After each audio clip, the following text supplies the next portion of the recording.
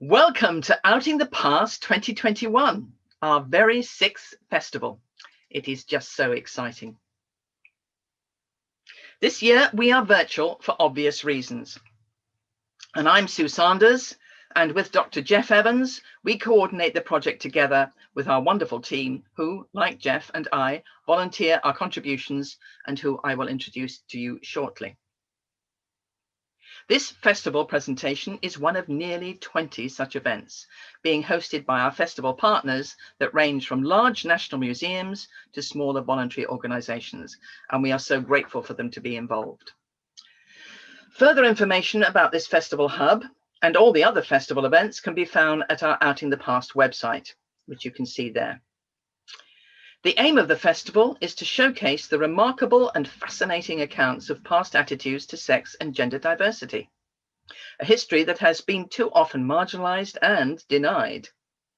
In doing so, we seek to enhance the collective reading of our past and thereby provide a more inclusive and more reliable history for all. The festival is made possible by all those people who kindly answered the invitation we send out each summer to offer presentations of LGBT+ history and/or unique testimony. We had 70 offers this year, which was just wonderful. These offers are firstly moderated by our academic board that make up the annual OTP Festival Gazette, from which each Festival Hub partner choose their respective programs. Our wonderful Outing the Past team that makes all this possible are, here's Dr. Jeff Evans, and he was the person who came up with the idea. This is Caroline, who looks after the Gazette. That's all the 70 presenters are put on a Gazette and then sent to the hubs. This is Lila, who does all our Zoom work and has taught us and the hubs how to use Zoom. This is Jenny, who looks after the website that you have used to discover us. This is Maisie, who looks after promotion and all the niggling details to make everything happen. This is Stephen, our OTP theatre coordinator, who is also currently working on a fantastic project in West Yorkshire, celebrating the first ever National Gay Pride March in Huddersfield, and that's for next year. And this is Ken, who oversees our academic programs that include online seminars and, when health conditions permit, our annual face-to-face OTP conference gathering. We really hope that you enjoy this Festival Hub presentation, and please do send us, our Festival Hub partners, your feedback. There'll be a little thing at the end which you can fill in. It's a Survey Monkey, it's brilliant. Well, I hope you enjoy the program and it encourages you to investigate more. It's going to be truly exciting, I think. So great to see you all. Thank you for being there. Sit back in the comfort of your home and enjoy.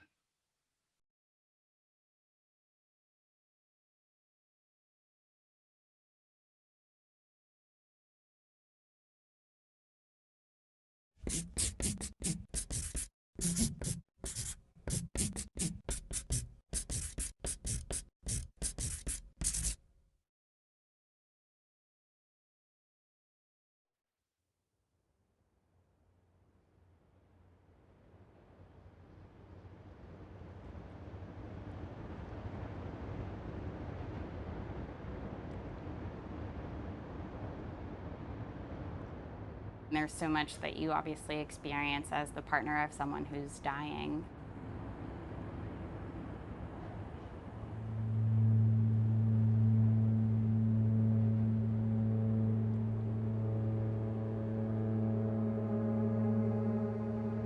Thinking about how and what to do with her stuff, you know, her things. And it's incredible what you realize sort of starts to take on tremendous meaning. You know, you look at a t-shirt that she wore and all of a sudden it's like the t-shirt, and like, how could I even fold this up and put this somewhere else? This belongs in her drawer.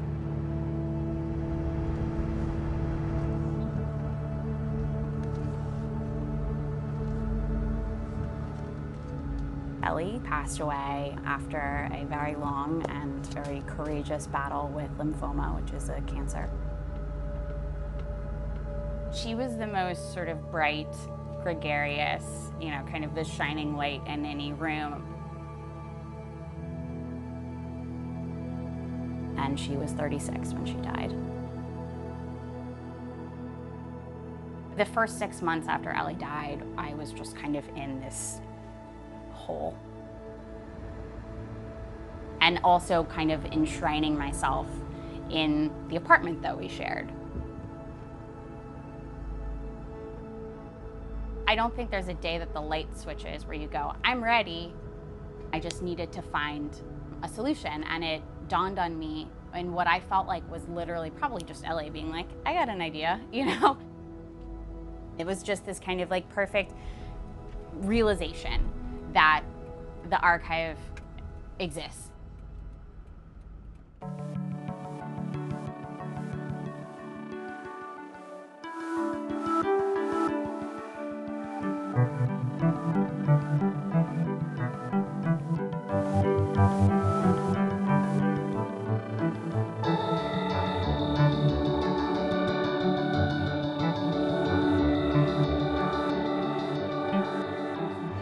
You guys be honest with me here. Is it t-shirts? These are t-shirts. We have a t-shirt collection. You do? Yeah. That's freaking awesome. We have like this 1,000 became, t-shirts. like her iconic t-shirt. So when she passed away, like all of her friends got them. Everyone, we did a float for her last Pride. Aww. So everyone wore them. So I have not only ones that I could give you, but if anybody, it's a really cool thing. It's like, if anybody's familiar with this like totally like homophobic statement, love the sin or hate the sin, it's got everything struck through except for the love part, which was like totally Ellie's mission in life was love.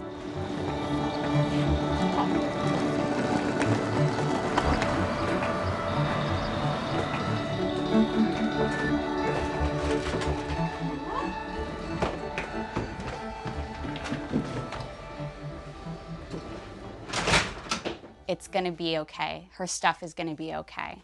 This memory of her lives in so many people and in so many people's hearts, and I know that her spirit is very much alive.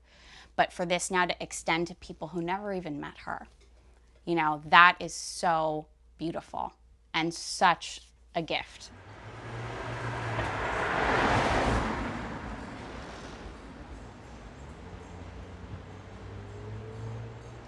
Flavia, who was not able to be here tonight, suggested 44 years of resistance, because we've been around for 44 years, so I thought that was a nice one. But I have magic marker and different colors, and we can make a few signs.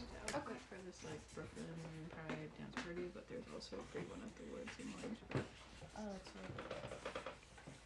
There is not one history, just like there is not one community. And even though I often say community rather than communities and history rather than histories, I really do believe it's only in the individual stories together that we have lesbian history.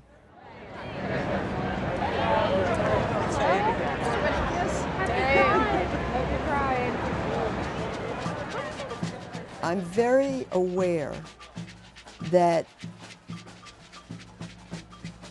nothing is solid. It's not a given that we're safe.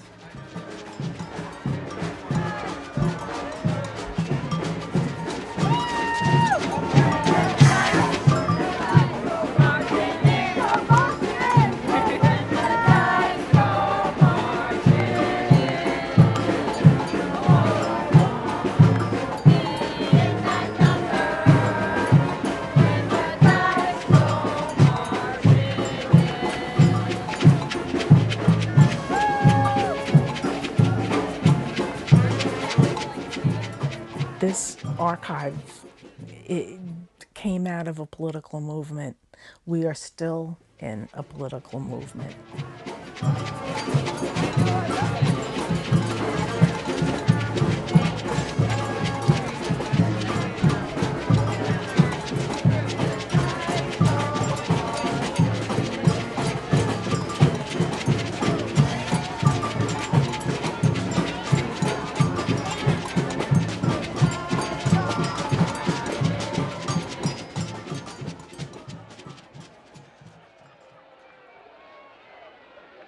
I had been an activist in civil rights. I'd been an activist in the anti-nuclear movement, but I hadn't figured out how to take that and translate it into my own personal lesbian and gay life experience. It was still quite new to me. I came out in '63. It was hell. But I went to the bars, and I was there when they were raided. I went to an Oakland bar when the lights went on. You stopped dancing, and you all went to the seats. And the cops came in, and they would just slam the nightsticks on your table and say, "What the fuck are you doing here?" You know? And we're drinking, sir. We're just sitting here drinking, talking to each other. Well, I don't think that's what you're doing, you know, and it would go on from there. And sometimes he would haul people out, always by the collar. He would have ripped their clothes off them, you know, to get them out and put them in the paddy wagon. You never knew who your friends were and who your enemies were. Well, you always assumed everybody was an enemy for that issue in your life. So keep it secret, keep it quiet, keep it safe. A group of us were in the Gay Academic Union in the 1970s. A subgroup emerged of those of us who were concerned that our history was disappearing as quickly as we were making it. And also, some of us had been involved in educational atmospheres where we tried to find our own history and could not. That we said naively, oh, let's stop this and let's create an institution of sorts that will be run by lesbians and therefore will collect the history in a way where all lesbians would feel comfortable, nobody would be denied access. And so we did. This apartment on the Upper West Side in 215 called 13A, I found in the paper, and I went to the agent and she said, well, you'll need 3 months rent. And I didn't have $1,500. So Deb, and we were not lovers at the time, we were friends, she says to me on the phone, Joan, this is what I'm going to do. I'm going to show you how to work with the bank. You've been teaching, you have an income. And the archive started all based on the generosity of one lesbian history, Deb's, coming to help another lesbian history, my own, to make this home for all lesbian histories.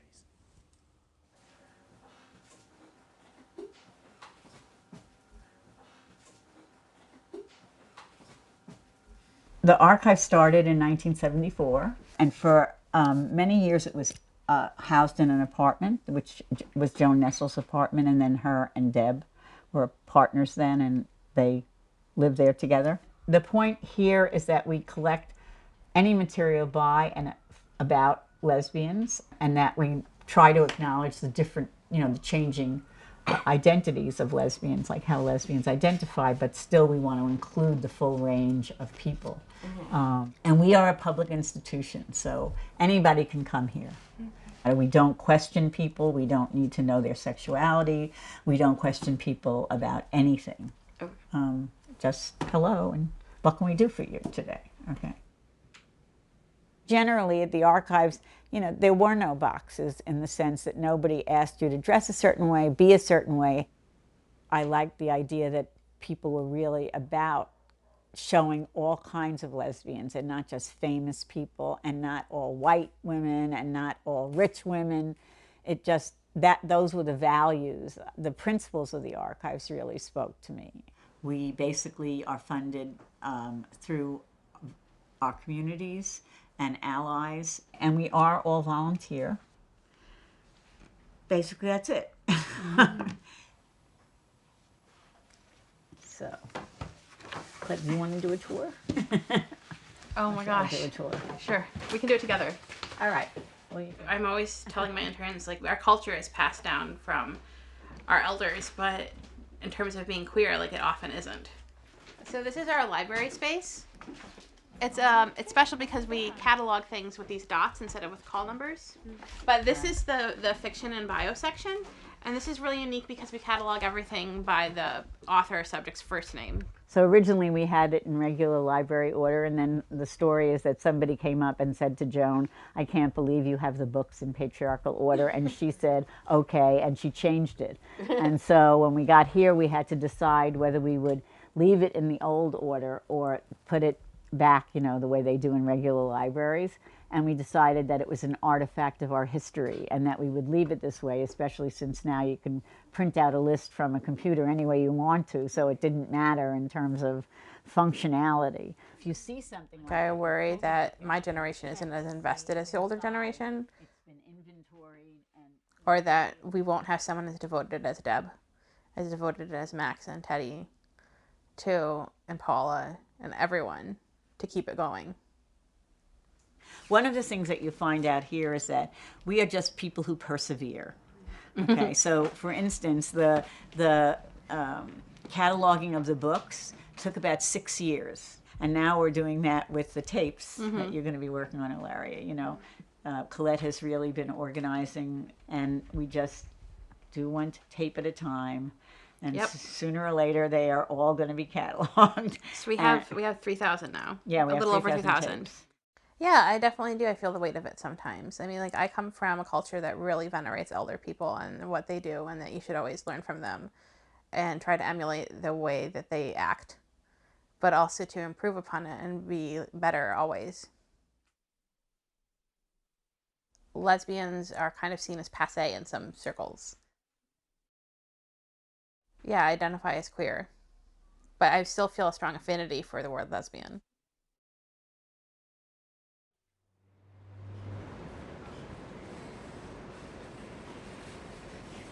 The energy was incredible. The energy was high. Again, it was the 1970s, and there were not a lot of people doing research. People walked in to find a space that was a home. So, and it was in a home, and so the warmth and the love and the caring, it just burst at the seams with that kind of feeling.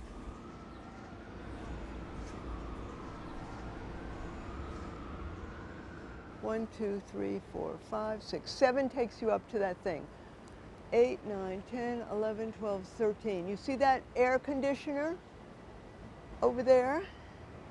Where that big bulky air conditioner is sticking out? That was the living room of the archives.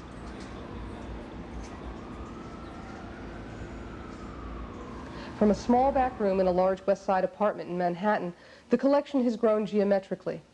Over 20 file cabinets of subject files, biographical files, unpublished papers, short stories, and poetry.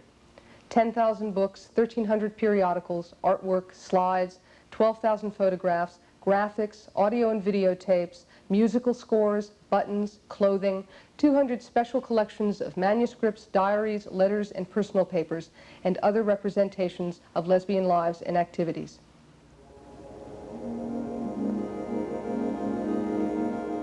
And the minute I walked into that room, that little tiny room, it was just love at first sight. It was just wonderful. It was just such heaven. It was my world. I still feel it's part of my world. I'm going to get teary-eyed when I think about it because it was so special to me to find this place. And I did cry a couple of times with them in the first few weeks or months of saying, thank God I found you. I mean, you're exactly right for me. And I'm exactly right for this place. Deb Adel is going to do a brief slideshow. I say that because, you know, it's part of lesbian culture now to have slideshows that go at least 2 hours long. We had some small thing to do with that, but this is 10 minutes showing the growth of the archives. Is anybody here who remembers it when it was in the tiny room and had coffee cans? Yes. This was the room in 1976, and for those of you who were there, we were proud. Yeah. This was a small room behind the kitchen. Notice the bookshelf? Notice the coffee cans. That was my design. And I have taken pleasure over all these years in trying to redesign and redesign and redesign the space And I thought I was pretty clever. Those were the 2-pound coffee cans back in those days. But we truly were proud of what we had amassed at the beginning. And we knew there was much more out there, but we didn't have it at that time. And what we had done was we put in our personal collections, which is how we grew at the beginning. This is the slide of both our technical equipment and our file drawers. That was our first card catalog.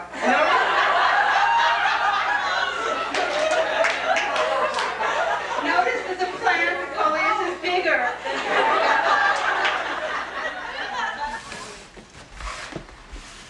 That's crazy. I know. Remember how before we were like, oh, should we go to the visual box? We should hold off on it. Maybe we should start with that one. Move into the visual box? Yeah. Okay, so that they have something to look at. Exactly, and like start filling that folder.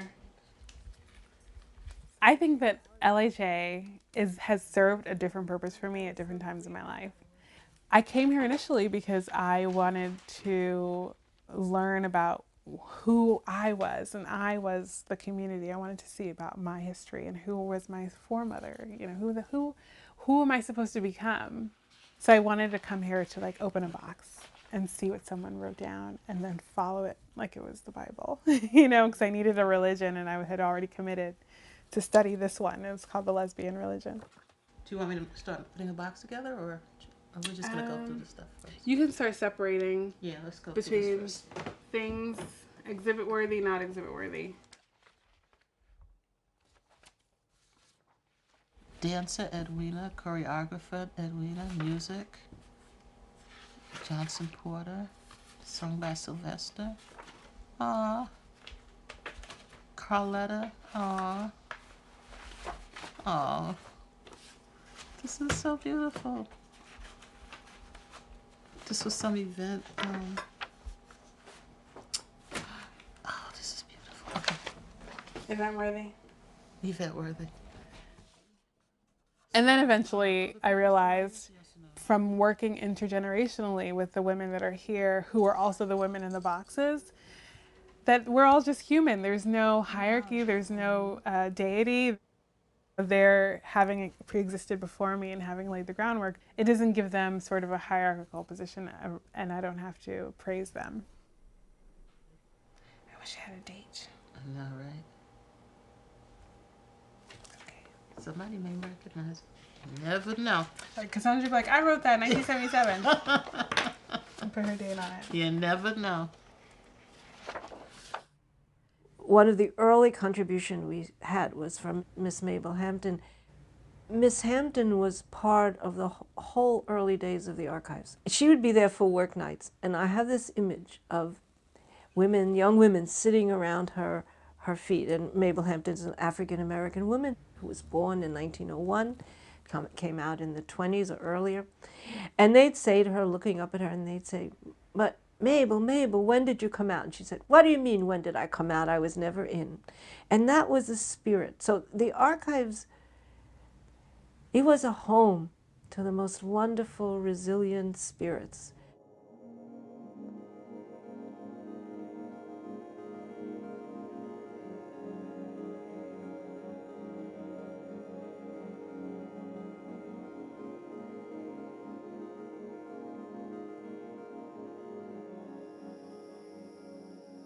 One night I was alone at the archives, and we were closing up, and there were 3 older women sitting, and one was a woman with a European accent, and she turns to me and says, you know, I was a young girl when I was taken into the camps. I was 12 or 13 at the time. Someone had given me a Polish translation of The Well of Loneliness. I wanted to live long enough to kiss a woman. The dream of kissing a woman gave me life at a time when all the rest was saying it destroyed our lives.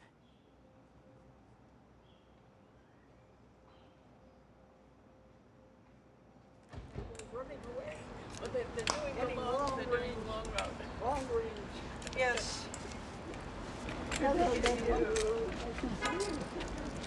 Hi, come on in. Oh, okay. Stay for the lift. Oh, so you're waiting at it? Well, welcome to the Lesbian Herstory Archives. When I look around the room, I really think we span many generations, and that's what the archives is all about. It is about generational connection. It's about learning about our history. And so with no further ado, or with further ado, no further ado, get some of those phrases wrong, I'm going to turn the microphone over to Naomi and Eva. I was wondering the other day what my life would have been like if I had not grown up and lived through the trauma of the Nazi takeover in 1938. I know we all ask ourselves such questions about the seeming accident of where we were born. One thing is certain. If I had been born into a middle-class Jewish family similar to mine in America, I would not have known, at least not at such an early age, that life and people can change tragically, and that terror and cruelty on a mass scale that most of us as children first learned from history books can break out under certain conditions in your own town and on your own street today or tomorrow. The history of racism in this country was something that was shared by my family, and they could prepare myself and my sister. Being gay was something that I learned by myself and through my peers. And I think I probably had a funny uncle, but it wasn't something that we talked about. I mean, I'm of a different generation. I'm 72. The dangerous world. I watched you walk across the street, slightly stooped, not seeing me, and smiled to see that mixture of clumsiness, grace, intensity. Then suddenly I feared the cars, the streets you cross, the days you pass. You hold me as a glass holds water. You can be shattered like a glass.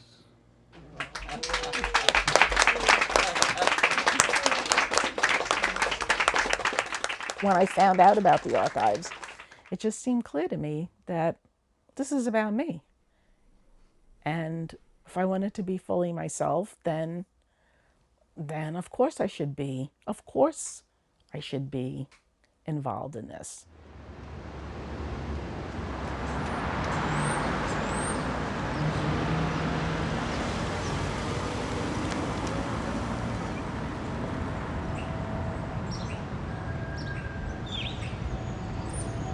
We've gotten these desperate calls. I'm breaking up with my lover, and I'm furious, and I want to tear up my letters and my photographs.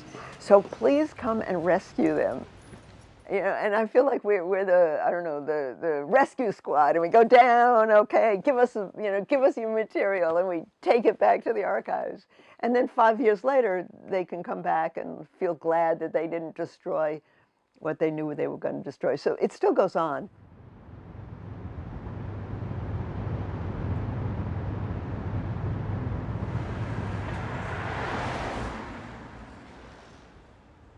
This jacket, it was my donation, and it was from one of my oldest sisters. It's not her jacket, but she had a lover in the military. And when I asked Mary Jo, she said, well, and they were retired by then for years.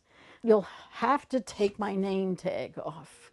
She wouldn't. I said, Mary Jo, it's going into the Lesbian Herstory Archives. Most of the people coming there would be lesbians, and even if they're not, I don't think they're the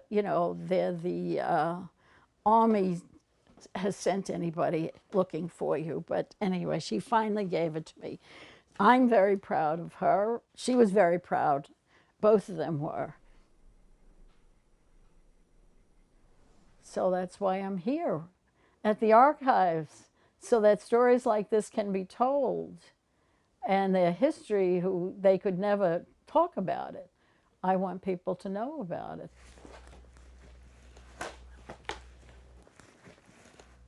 When we made a public announcement about the archives, we started receiving letters from people, some asking for research information, some just sort of describing themselves and their lives and wanting to just be excited that we were there.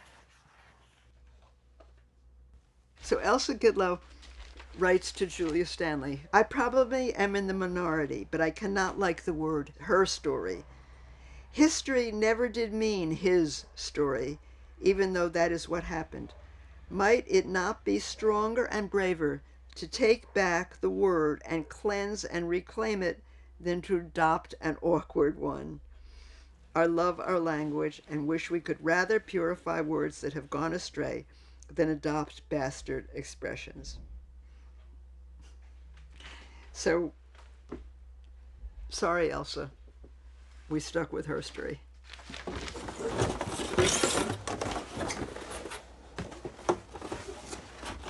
Okay, so basically we just want to make this easy for Rachel or whatever intern is processing. So we can go through and put things that are alike in the same boxes. Okay. Seattle to JFK. Oh my god, this is so heavy. You're going to have to help me. Okay.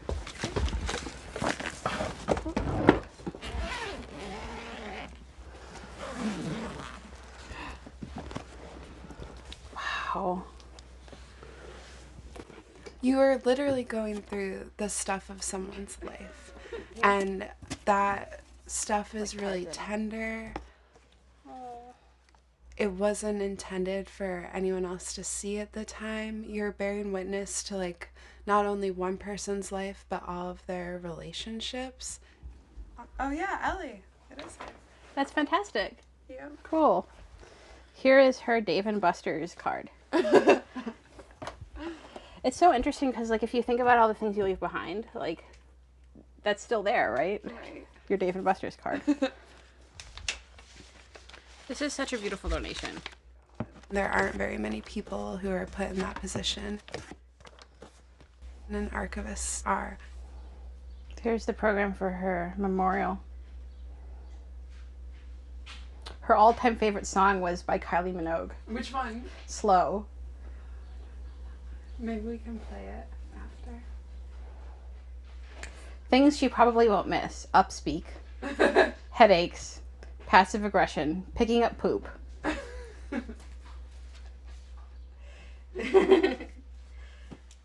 You can definitely learn the skills of how to sort things and how to preserve things and how to inventory things. But I don't know if you get that same kind of training for the emotional weight of the material that you're going to be working with.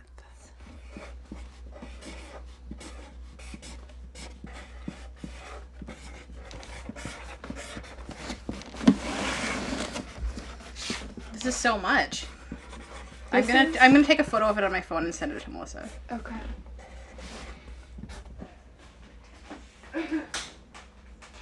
It's like a very strong reminder of the fact that we're all gonna die.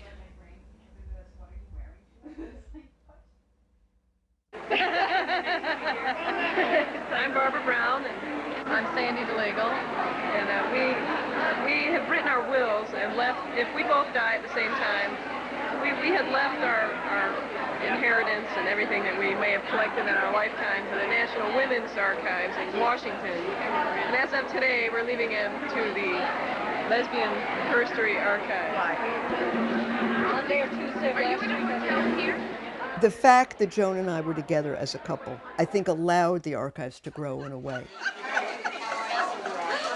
The way Joan functioned, and more so even than me, was to create this sense of family, because she really wanted family in a way that I didn't have the same intensity, because I had some family. Happy birthday, dear Amy Melissa.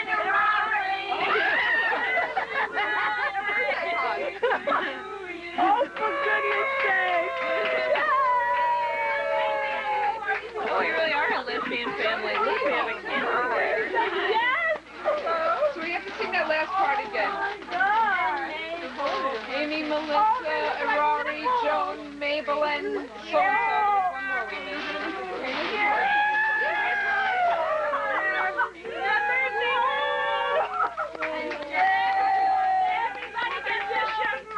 We're a bunch of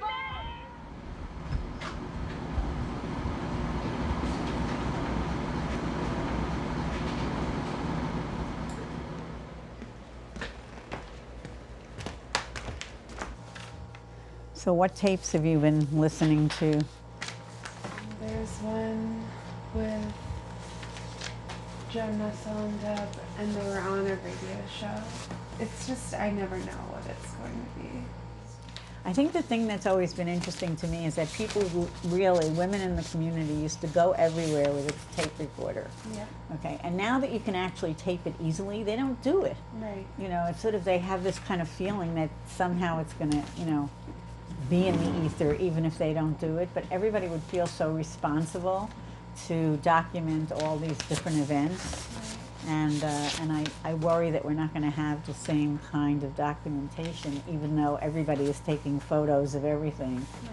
And we would always think about that. Like, I did a lot of taping when I was working for ACT UP, and when we went and confronted all of these government, you know, people, we would always bring a tape recorder, and then we would always say, can we have permission to tape? And they would say no, and we would say, well, then we can't stay.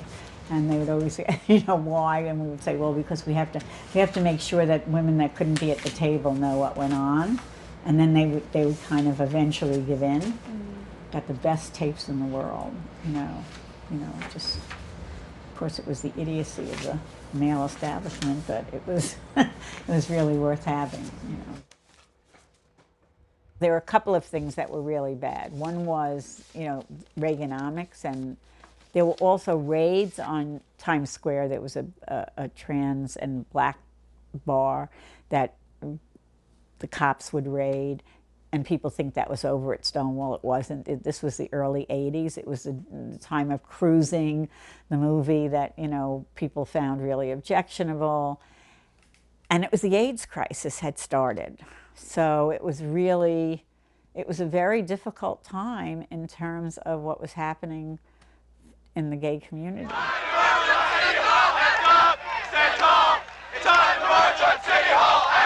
Here to demonstrate for more money, more services, more anything from the city. It's a crisis and they're letting it get beyond proportion. Well, our ways to get arrested. Where's the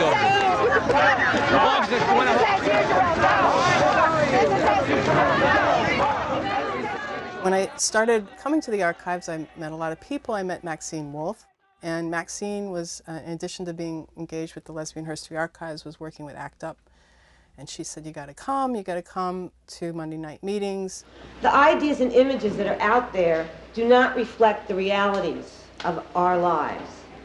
When they do reflect our situations, the explanations disregard the operation of actual barriers and instead blame the victim and indeed call us victims when we are survivors. I was lucky. I never had friends at that point who were infected. But the homophobia was rampant, rampant. It didn't matter if you were a lesbian or a gay man. I was walking across 9th Street and somebody, you know, obviously picked up that I was a dyke and said, I hope you die of AIDS. It didn't matter. The newspapers were full of homophobic stuff, headlines. You know, people were talking about tattooing gay people on their asses, you know. Lesbians were a very powerful group in ACT UP. We had a lot of camaraderie with certain gay men, not everybody, but a lot of our friends were men. And the men became interested in the Lesbian Herstory Archives. We'd have parties and throw fundraisers with some of the men from ACT UP, and there were also gifts of estates to the archives. People often say, how do you get some of the material? We met Marge in the early 1980s. We would send Christmas cards and holiday greeting cards back and forth. And Then we got a call from her friend who said Marge had died. And in the reading of her will, her family found out that she was a lesbian, because it said in the reading of her will, and I give my papers, my photographs, and some of my books to the Lesbian Herstory Archives, an organization that was very important to me. We also heard from that woman that the family was distraught and that they were going to try to destroy as much as they could. Joan and her girlfriend at the time, Eileen, and I, called out sick of work. We got in the car, drove to Columbus, Ohio.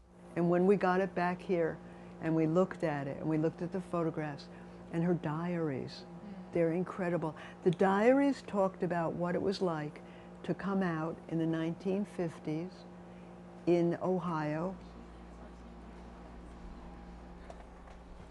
Thursday, October 3rd, 1957. Last night Al, his cousin Margie, and I went out. Margie thought him quite good-looking. I did not.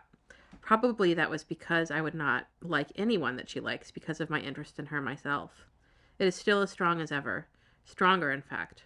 I want her, and I do not want anyone else to have her. I want her for a companion, and when she is hurt, I want the right to take her in my arms and hold her and try to drive away the hurt. I want her near when I am happy and when I am unhappy. I want her with me when she is grouchy and when she is in her playful moods. I want her always and for always. But it was a great introduction to the sorts of the rescue SWAT team guerrilla archival tactic that we were taking at the Lesbian Herstory Archives to literally rescue lesbian history from the trash.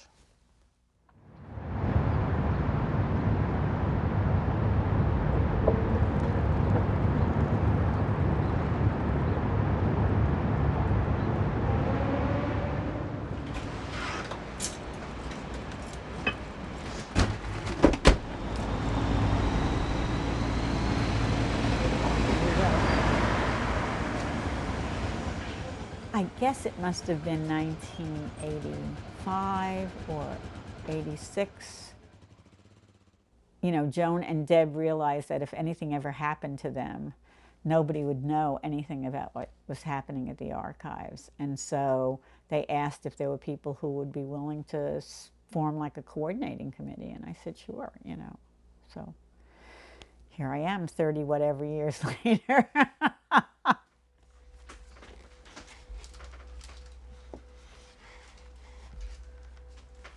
As the archives began to take over the apartment at 13A, it was an idea that we would have our own building. Not quite in the way of they would come for us and we would grab what we could and run off with it in 10 different directions in order to save it. But that was kind of the impulse. And I think that we still have that impulse now in terms of having the material be in our own hands. I was tired, and I was tired of the worry. And I felt, so when everyone went home, the door closed, and there I was with this collection that had taken over the whole apartment. I could see the sagging boxes. I could see what needed work. There was enough women to take this, who would find a home for the archive. So I said it was time for it to go. I wasn't feeling well. I was worried about it. Now the archives must look to the future as carefully as it does to the past. The archives has outgrown its current home in the apartment of one of the founders, and a larger, more permanent space is necessary. The time has come for the archives to move to a more professional space. Our goal is a small, accessible building close to public transportation that will house such wonders as an audio-visual room, a room for the volunteers to do their work, and a humidity-controlled room for the special collections. Buildings are available now, and we need to raise $1 million for purchase and renovation. Here's how you can help. Send a donation, large or small. If one lesbian gives $1 million, we will have a home. But if 1 million lesbians each give $1, we will also have a wonderful home. And the money just came in. The first letter brought in like $60,000. So that was where the money came from. And it was not from people with lots of money. It was from people. One of the most touching things was one letter that we got from a woman had 4 stamps in it. And she had a letter that went along, and she said, you know, I don't have any money, I'm on welfare, and I'm really poor, but I really want to help you, and here are 4 stamps. And she got the same thank you note as everybody else, and I think that's what our politics are.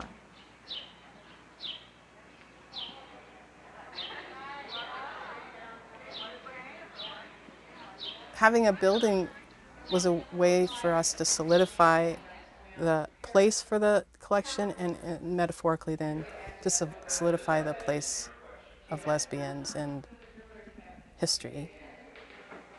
What do you think, Joanne? It's great. This space, it called to us.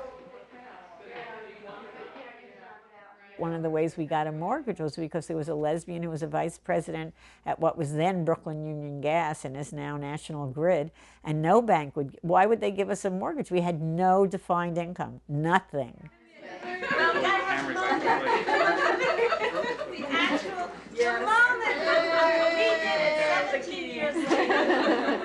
dream come true, exactly. We did something impossible. When we started the archives, from every end said, you can't do it. You can't do that in an apartment. And you're not librarians. And you don't have the money. And there's no place. And you don't have humidity control. Grab a chair, let's go inside. Here we'll have a reflector. Back up more, back up, mass up. I can see the number above, so if you just get in front. Here we go. One more. I was looking. Okay. Okay. Let Polly get you going in. Come on, girls. Does everybody bring their glasses? I did. Here. Lucky Corp. I brought the glass. There were concerns that, there could be physical violence to the building because there was physical violence to queer people on the streets. Because we were the first lesbian organization to have a freestanding building, we naturally felt that it was risky, and we took measures to keep the building and our collections safe, and our visitors safe. Well, construction on the new bathroom on the first floor started last week. I'm going to go downstairs and see what those girls are up to. Elizabeth's been here screwing things all day long. Oh, heard that screw gun going behind there. Just some amazing noises. Huh? She's a noisy screwer. She's very good at finding studs. Hey, we got somebody at the front door. I'll go get them. Why don't you just get them from here? Yeah. I'm in the cellar. Women came in and did a lot of the work in the house that we didn't have to pay for.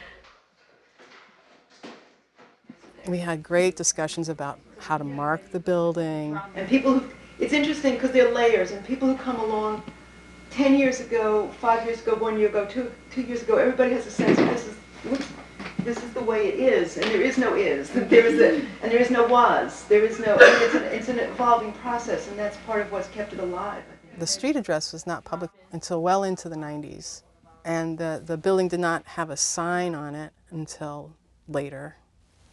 So the process was that you had to call the 718 Dyke number to get the street address, and then make your way with that street address privately. But we didn't even publish the street address in the queer newspapers. Watching the boxes be packed, the walls became emptier and emptier. The apartment became quieter and quieter. And there was a starkness of Joan looking at her life without being, if I may, the mistress of the archives.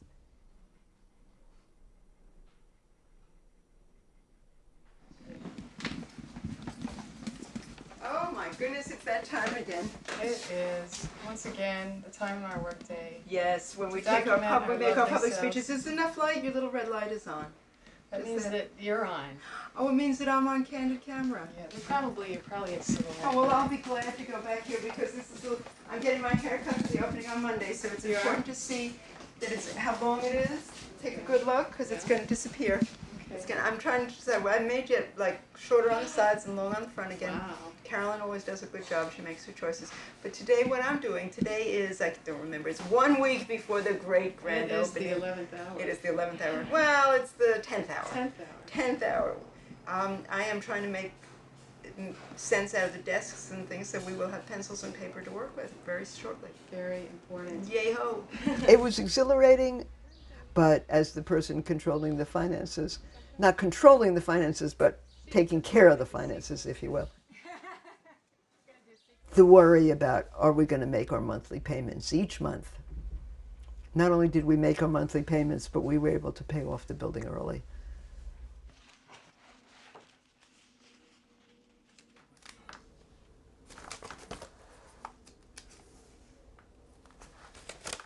Oh, here's the archives opening. There's some folks there. That's JP and Sam. The first day we opened, we had a huge party. Everybody came. We had a little parade down the street. We had some speeches. Thank you. Oh, thank you all for coming to help us celebrate this glorious day.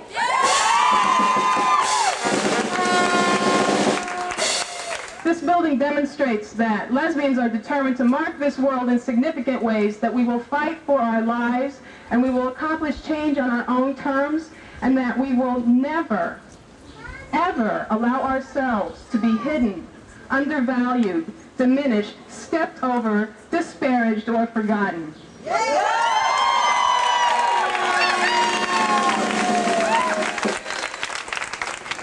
Today, June 20th, 1993, one more step in a proud history of significant moments.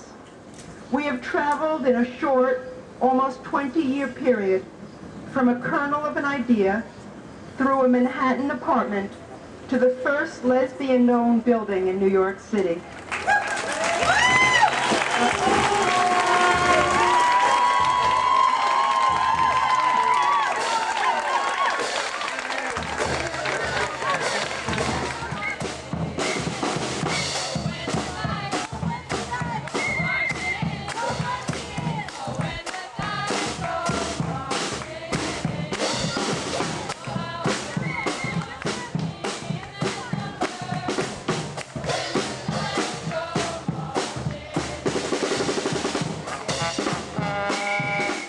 We paraded down the edge of the park and back, and then we had tour after tour after tour, people just streaming in here.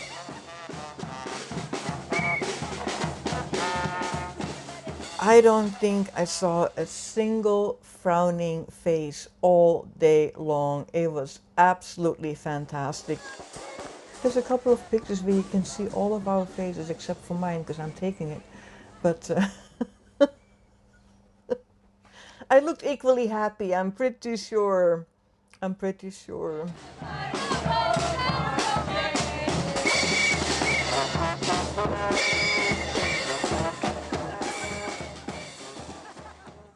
We had open house for our neighbors. We told them what it was. We invited them in. We heard all sorts of wonderful stories. We had people who lived in this building who came and told us the story of that they were refugees from Europe in World War II. And they loved the fact that it was, you know, lefty. They loved the fact that it was the Lesbian Herstory Archives.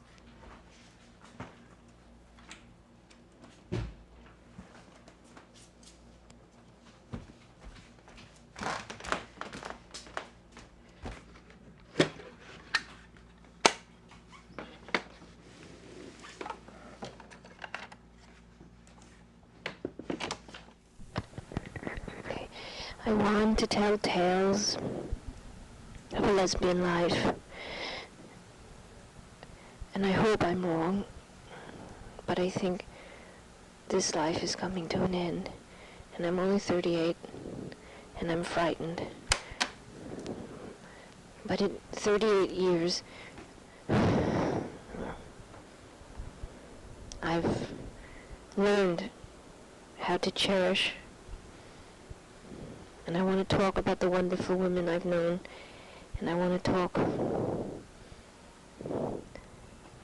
about what it's meant to be a lesbian, and how it was at the core of all I think that was best in me.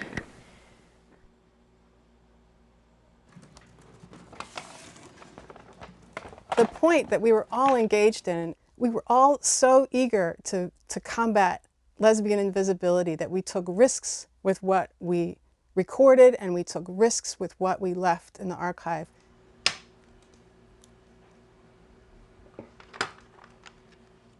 One of these is a love mixtape. And it's like never forget me. like, I'll always love you. It was kind of threatening. Kind of threatening. Yeah. Well, I used to trade cassette mixtapes when I was coming out because I had an internet girlfriend and she lived in Ireland. That's cool. It was like 1997. What else were we gonna do?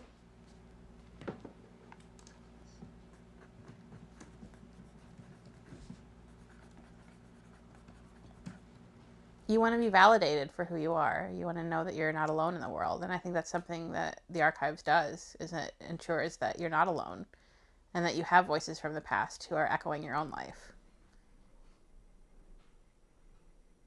Over time, even when Joan was here, and it was harder and harder for her to get to Brooklyn, she was a little bit less involved in the daily activity. You know, I think different people had very different feelings. Some of us were more saddened by her leaving. She had held up a lot of the sky, if you will, and that, you know, Chicken Little, the sky is falling, that was what was going to happen when Joan left. This wasn't going to be a one-night stand. It was going to be a long-term relationship. We had a commitment to the archives that, one, it had to be a lifelong commitment, because just think, if an archives doesn't outlast at least one generation, it's not an archives. I think I was feeling an increased burden, because I knew then I was the last of the originals, the last of the old-timers.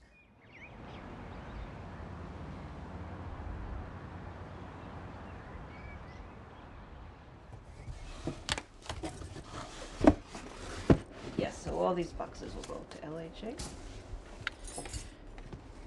Okay. After Deb and I separated, I had several lovers, but it was very lonely. When it went, it was like life had been ripped from the walls. It felt so alone in that apartment. Cello. We're going to trip each other. Old person and old dog. 13A, where it all started, was a marvel of a place because of everyone who walked through that door.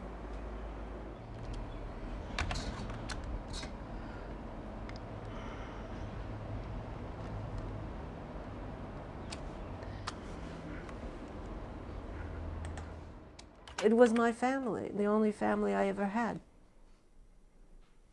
I think harder than having it was saying goodbye to it. That was different.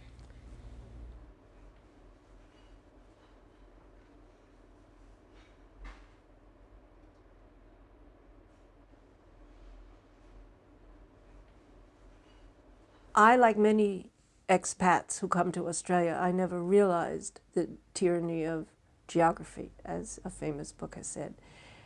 I never realized that I would be saying goodbye to people I would never see again. Actually, have been away for a very long time, so it's very We're lovely. happy to have you back. Yeah. Very lovely that the the steady, devoted ones have asked me to welcome you. But this is a very special year for us. It's our 25th anniversary year. And you're really this place, standing in a place that created something that hadn't existed in the world before, which was a home for the history of lesbian lives and loves, to be taken as seriously as any other body of history, and to really have impact on all future human history. So now there's a worldwide movement of lesbian and gay and trans and bi archives, but you're standing in really a place hallowed by a dream. And the dream was that when they called us freaks, and when they called us criminal, and when they said we didn't deserve to have a full way of loving, for so many decades and in so many ways we said no. So this basically is a place that says yes. That was an incredible, incredible milestone. Now it feels like way in the past, you know, because we've had a 40th, and that is amazing. And in a number of years we'll have our 50th, and I'll be around still for that. I may not be as physically involved all the time. It's allowed me to feel proud of something I created, and that's quite remarkable. Makes me cry. Sorry.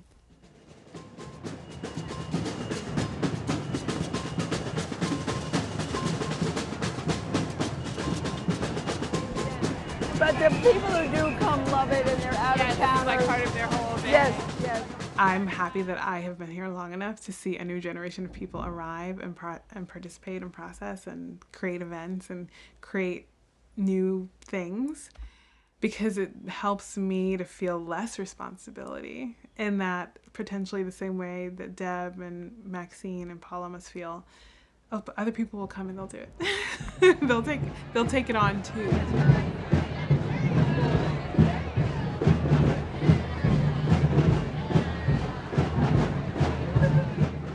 History is meant to tell a specific story that has a specific purpose for the people who are in power. So if you don't have that kind of power, your story is not going to be told. And I think that LGBTQ people, a huge part of our work is visibility, being active in communities, like loving each other, keeping each other safe, and like preserving these histories is a way to do that.